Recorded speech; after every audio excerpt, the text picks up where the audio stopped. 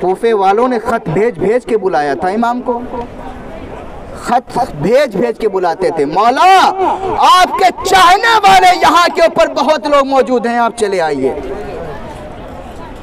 मौला ने क्या किया, अपने हज को उम्रे से बदला और चले हैं।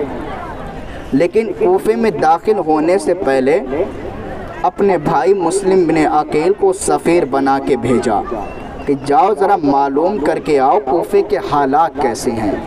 अज़ीज़ान गिरामी, जनाब मुस्लिम बिन अकील की शहादत 9 ज़िलहिज है। जनाब मुस्लिम बिन अकील कूफा पहुँचे, मगरिब में तमाम लोग मौजूद थे, सब ने इस्तकबाल किया था जनाब मुस्लिम बिन अकील का।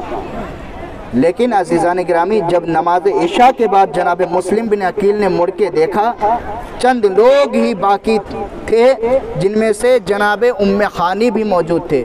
सिर्फ यही लोग बाकी थे, चंद लोग जो मुखलिस इमाम के चाहने वाले थे, बाकी सब छोड़ के चले गए थे, सब बिक गए थे। किरदार हुसैनी कभी भी बिकता नहीं है। फिर उसके बाद अज़ीज़ान गिरामी, जनाब मुस्लिम बिन अकील अब जाए तो कहाँ जाए, गरीबुल वतन है।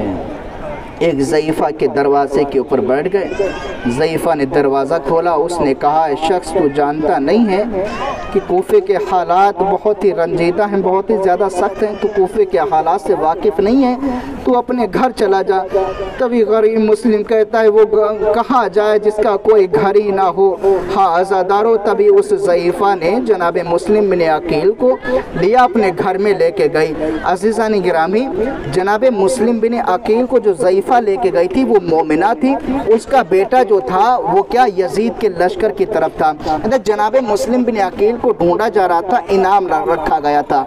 हाँ अज़ादारों, जुमला सुनिएगा, जनाब मुस्लिम बिन अकील को जब सुबह नमूदार हुई तो उसका शाम जब आती है तो उसका बेटा देखता है कि उसकी ज़ईफ़ माँ कमरे में बार बार जा रही है, बहुत ज़्यादा जा रही। उसने पूछा, ये बताएं कि आप कमरे में इतना बार बार क्यों जा रही हैं। अज़ादारों सुनिएगा, लेकिन उस ज़ईफ़ा ने कुछ ना बताया, लेकिन ज़्यादा इसरार करने पे उसने बताया कि उस कमरे में मुस्लिम बिन अकील है।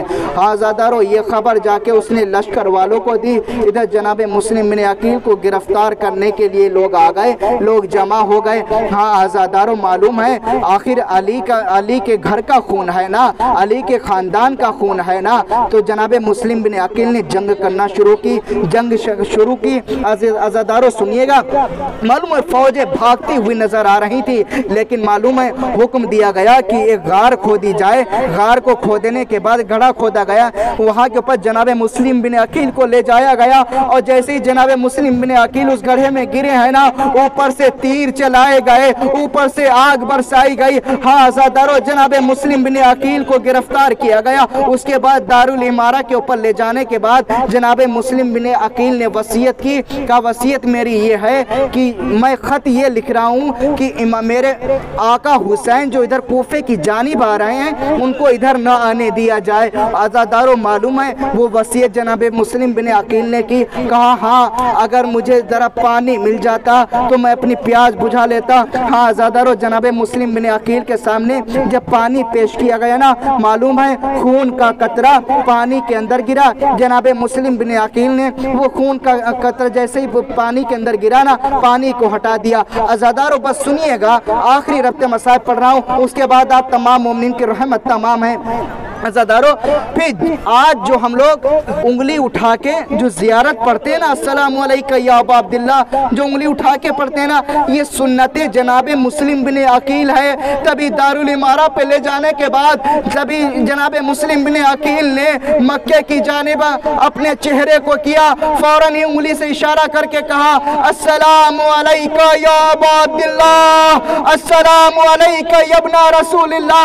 हाँ अज़ादारों, इधर जनाब मुस्लिम बिन अकील को सर कलम करके दारुल इमारा से जब गिराया गया, इधर मुस्लिम के लाशे को कूफे की गलियों में फिराया जा रहा था। हाँ अज़ादारों, उधर से इमाम हुसैन अलैहिस्सलाम कूफे की जानिब बढ़ रहे थे। तभी इमाम ने देखा कि 2 शख्स हैं जो कूफे से चले आ रहे हैं। इमाम ने आगे बढ़ के कहा, जरा ये बताओ कूफे के हालात कैसे हैं, वहाँ मेरा भाई मुस्लिम बिन अकील गया था, उसकी क्या खबर है। तभी उन्होंने ने कहा कि मुझे इतना तो नहीं पता, लेकिन इतना ज़रूर पता है कि जब मैं कूफे से निकल रहा था, एक मुस्लिम नाम के शख्स को, उसके लाशे को कूफे की गलियों में दर बदर फिराया जा रहा था। अरे इतना सुनना था, फौरन इमाम हुसैन अलैहिस्सलाम, आज़ादारो जुमला सुनिएगा, इमाम हुसैन अलैहिस्सलाम मुस्लिम की बच्चियों के पास गए, सर के ऊपर हाथ फेरना शुरू किया।